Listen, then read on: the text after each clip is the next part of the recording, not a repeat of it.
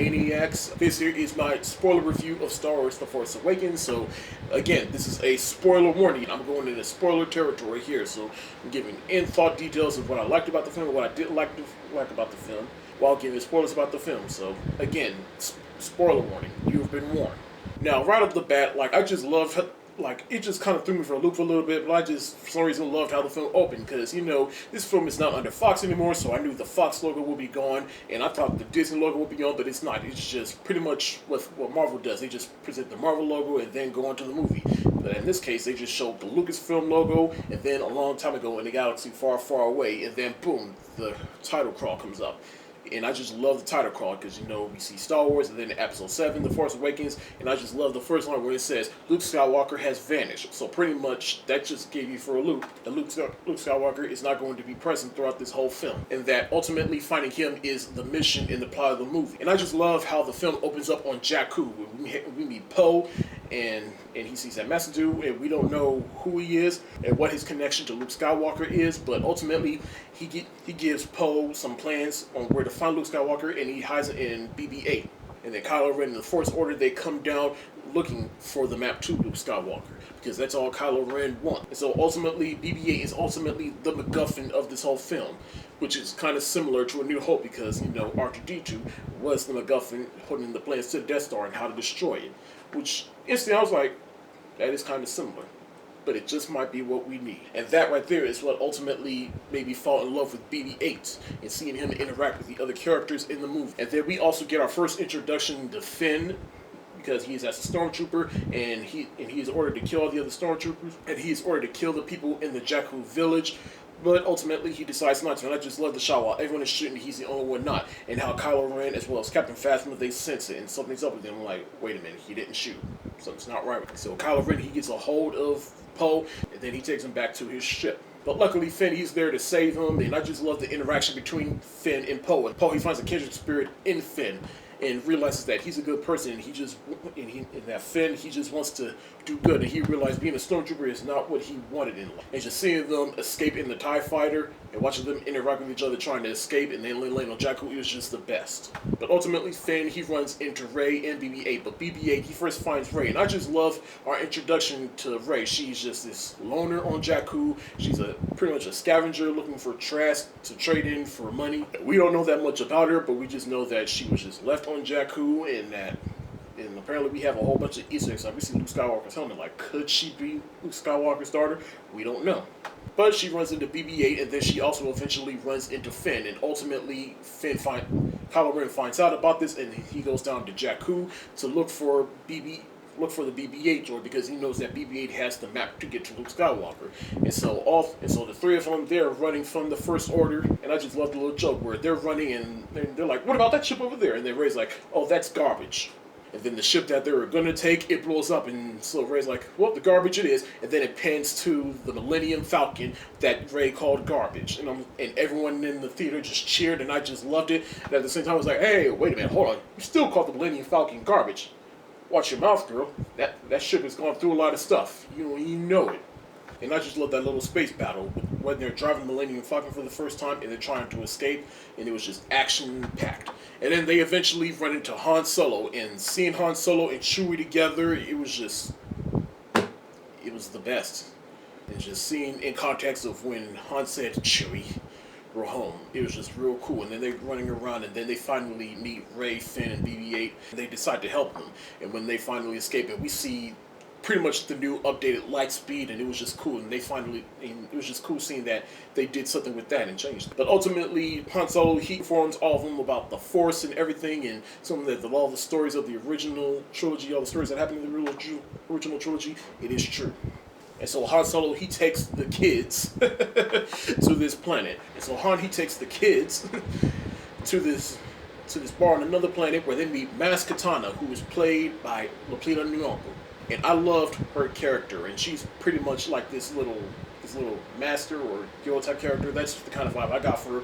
But she ultimately tells Rey the Force is calling on you, and she introduces her to Luke's lightsaber that was ultimately Anakin Skywalker's lightsaber. And then Rey, she starts getting these Force flashbacks, and we don't know what all this means, but we see that she was probably getting ready to be trained by Luke Skywalker, but then we see that she was dropped off by her family, and probably promised to come back for her. Now, at first, Rey is hesitant at first, and she runs away. John Boyega, he tries to run away at first, but then he realizes the First Order is coming, and he tries to come to her rescue. And I just love John Boyega in this movie. He was so charismatic in this movie, and I love his character, and I can't wait to see what more he does going forward. And I thought that he was going to be the Jedi of this movie, but he's not. He just happened to have a lightsaber and tries to hold his own with it, which he kind of does, but ultimately he's just a character that just wants to be redeemed, and he realizes that there's more out there, and he just wants to do good by not himself but to other people. And of course, we also got the big reveal that Kylo Ren is Ben, who is Han Solo and Leia's son. Now, when I first saw that, I was like, so all the canon that y'all erased, y'all just cherry-picked from it? Because in the expanded universe, which is not canon anymore, Leia and Han, they did have a son who turned to the dark side. And so apparently they cherry-picked from this. He was seduced by the dark side by Supreme Leader Snoke, and I guess that's ultimately why Luke Skywalker vanished, because of that failure. And Han Solo, he feels this as well. And Kylo Ren, he is part of the First Order, and he pretty much idolizes his grandfather, Darth Vader, otherwise known as Anakin Skywalker. And then we also got Donald Gleason's character, who I pretty much just call Grand Moff Tarkin 2.0, and they're part of the space station called Star Killer, which is the Death Star 2.0, or in this case 3.0, because there is a second Death Star. But that's where I felt like this movie parallels A New Hope, because you got Star Killer, which is the Death Star, Donald Gleason's character, who is Grand Moff Tarkin 2.0, Kylo Ren, who is Darth Vader 2.0, but not really. But ultimately, it parallels A New Hope like this. The Empire or First Order comes down, wrecking shit. They hide planes or a map in a droid. The droid finds the main characters, and then the main characters have to find their mentor, and then the mentor takes them out of their comfort zone. And then they meet up with the rebels, and they find the plans to destroy the Death Star, or Star Killer. Now back to Supreme Leader Snoke. If you watch Collider Movie Talk, they had the story where they showed what Supreme Leader Snoke would look like. But after seeing him in this movie, he is nothing like he was supposed to be. Now, I am interested to see who Supreme Leader Snoke is, and there have been rumors going around saying that he is Darth Plagueis, which is a Sith Lord that trained Emperor Palpatine, and in his ultimate achievement was trying to cheat death, so that could be him, but we don't know yet. And seeing him big, I thought it was like, I'm not sure about that, but then realizing that it was just a hologram, I was like, oh, thank God. Okay. Back to the story. So Rey, she tries to escape, but then she is captured by Kylo Ren, and I just love the interaction between the two of them. Kylo Ren, he's trying to use the Force on her, but then she's starting to use the Force, and she's starting to fight back to Kylo Ren, and then she even manipulates that stormtrooper by using the Force on him, because the Force has a strong influence on the weak mind. And it's like, you're gonna release me from these restraints. Oh, leave your cell and leave the door open, and drop your gun, and then it ultimately works, and so she escapes. And so the Resistance, otherwise known as the Rebels, they get to Han, Finn, and Chewie. And then we are reunited with General Leia. And again, I said that it was a breath of fresh air seeing her reunite with Han Solo, and knowing the history the two had together, and especially after Return of the Jedi, and they had a son, and let alone a son that turned to the dark side. It was just cool, and we just knew what we needed to know, and seeing their interaction and how it affected them. And I just love that little hug and embrace the two of them had, because it's a hug of, I miss you, and I love you. And so Finn, he's reunited with Poe, and again, I just love Poe in this movie. He's just a cool character. And then Poe, he tells him, Finn, you're a good man. Thank you for keeping up with this BB-8 droid for me.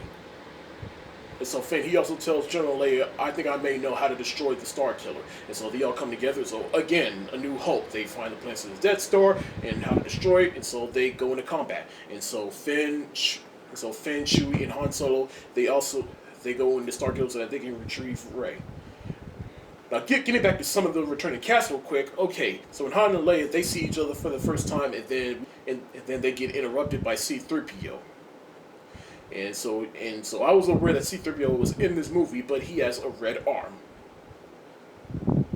So what? I ain't got no problem with C-3PO, and I love C-3PO, but it's like, the fact that C-3PO just had a red arm for some reason, what did that have to do with anything in this movie? Nothing at all. I just felt like, that was just the filmmaker's way of saying, we want C-3PO in this movie, but we have no idea what to do with him. Shoot, just give him a red arm. That works, right? And then we also see that C-3PO, he's been shut down and he's been powered down and we don't know why. So now we're down to the big climax. Poe, he leads the resistance to destroy the Star Killer. Now that's all cool and all, but the biggest thing I loved about the climax were these two things. One is seeing Han and Kylo Ren interact for the first time. We seen Han Solo go like, Ben! And then Han, he's trying to bring him back, and then Kylo, he's hesitant for a while. He's trying to come back to the light, but then he's addicted to the dark. And then, I'm sorry, but this was a little predictable to me. The moment that Kylo Ren said, please, would you do something for me? Take this. It was like, Kylo's gonna kill him, isn't he? And now it caught me off guard for a second, but he really did kill him. He got his lightsaber and stabbed Han through the back. Again, like, that happened, it was like, that was a gut-punching moment, but at the same time, I couldn't help for it being predictable. But what really threw me off for a loop is just once he pretty much took the sword out of Han just fell off of that bridge, and I was like, no! And then seeing Chewie react to that, yelling, oh! And it was like, that was his pal, that was his buddy, and you killed him. You've pissed Chewbacca off. And so we finally get the big epic lightsaber fight between Finn and Kylo Ren. And Finn, he's holding himself against Kylo Ren, and Kylo Ren, he's just punching himself, the blood out. And I guess he gets his rage off of pain or whatever. Ultimately, Kylo Ren, he gets the upper hand, and then Kylo Ren, he is going for the lightsaber, and he tries to use the Force to get it, but then the Force, it grabs the lightsaber, and it goes back to Rey. And seeing that classic John Williams music cue up, and then seeing Rey with the lightsaber, I was just like, yes! And I also love this scene, because it's like, you know, there was no choreograph or nothing, but the tension and the music and the atmosphere of this fight alone, that was cool. And I was just like, that's what I'm talking about. That's a lightsaber fight. Like, I'm sorry. It's just watching this fight. It was like, that is what a lightsaber fight should be like. Like I wish I could have just walked out the movie theater, grabbed the prequels, and just been like, no, no, no. Like, you see this shit right here? That's how you do a lightsaber fight, not that choreographed bullshit. But watching Rey fight Kylo Ren, I was like, yep, she is definitely the hero that we're looking for. And it was cool because, you know, Kylo Ren, she is a female, and like, this is a female heroine that we need in film right now. But long story short, Rey, she damages Kylo Ren, and she escapes with Finn and Chewie and the Millennium Falcon, and they flee. Now, when Han Solo died, I just love that Leia, even she still has a bit of force power with her. She felt Han going, like, she was like... And then seeing Leia embrace Rey. Before I get to the ending of that, I felt kind of disappointing, but at the same time, I understand why they do it. Alright, I forgot to mention, like, some of the characters in this film that I felt were a little wasted. Like, Captain Phasma. I'm sorry, like, y'all can't just hype her up as a cool character and have her do nothing. Like, the only thing she did in the movie was at the very beginning, where she burned down that village on Jakku, and then when when Finn and them, they're in the Star Killer station, they get her to lead them to Rey, and then they put her in a trash compactor. That's literally it. Y'all better do more with her in the next movie, because y'all can't just straight up Boba Fett her and hype her up as a cool character, and she hardly has anything to do in the movie.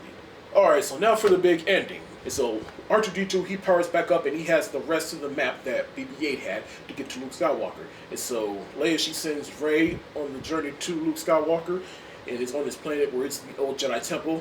And when I saw Luke Skywalker on screen with all the hair and the clothes, and he still had the metal, and he still had the mechanical hand that was cut off by his father, I was like, it's fucking Luke Skywalker, motherfucker! And so Rey, she presents him with his father's lightsaber.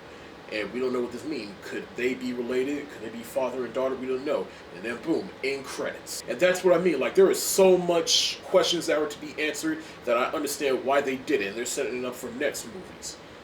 Now, as in the case of Luke Skywalker, like, I really wasn't expecting for there to be more of Luke Skywalker, but it's a ballsy move and I understand why they did it, but I couldn't help but be a little disappointed by it. Like, come on, now this is Luke Skywalker, the character we all fell in love with and relate to. Hey. In the end, like I said, The Force Awakens, it's definitely not a flawless movie, and it does has its faults, but I'd say all the positives outweigh the negatives enough that this is still an enjoyable film that I absolutely love, and it's great, and I highly recommend you go see it, and it is definitely a full-price movie, and it is definitely miles better than the prequels, and it is a movie that, hey, like I said, if this is what we can expect from Star Wars moving forward, then hey, sign me up for episode 8, 9, and however many anthology films y'all plan on making. But I will say it is a bit urgent because, you know, it's like I want to see where they do go with the story next, and I'm glad we don't live in the 70s or 80s where we have to wait 2 or 3 years for the next movie, because we get it in a year and a half or so, because episode 8 is going to come out in 2017, but between that we still got Rogue One. Alright, so for my closing thoughts, hey, no words can explain how much this franchise means to me. It is Star Wars. Like, my 4 favorite films of all time is Star Wars, Lion King, Spider-Man, and Boys in the Hood. I'll get more into that later, but Star Wars, it's like, back when I was a kid, my bread and butter, it was Lion King and Star Wars, and I just fell in love with Star Wars from the very beginning. From the universe to the characters and what it means and the philosophical aspect of it. I've been through Star Wars from the good and the bad, i.e. the original trilogy and the prequel trilogy. And despite the hate that the prequels get, I still like them for what they are. But the original trilogy, that is the essence of what Star Wars is. Like the prequel trilogy was about Obi-Wan Kenobi, and then the original trilogy was about Luke Skywalker, but the overarching story is about Anakin Skywalker / Darth Vader.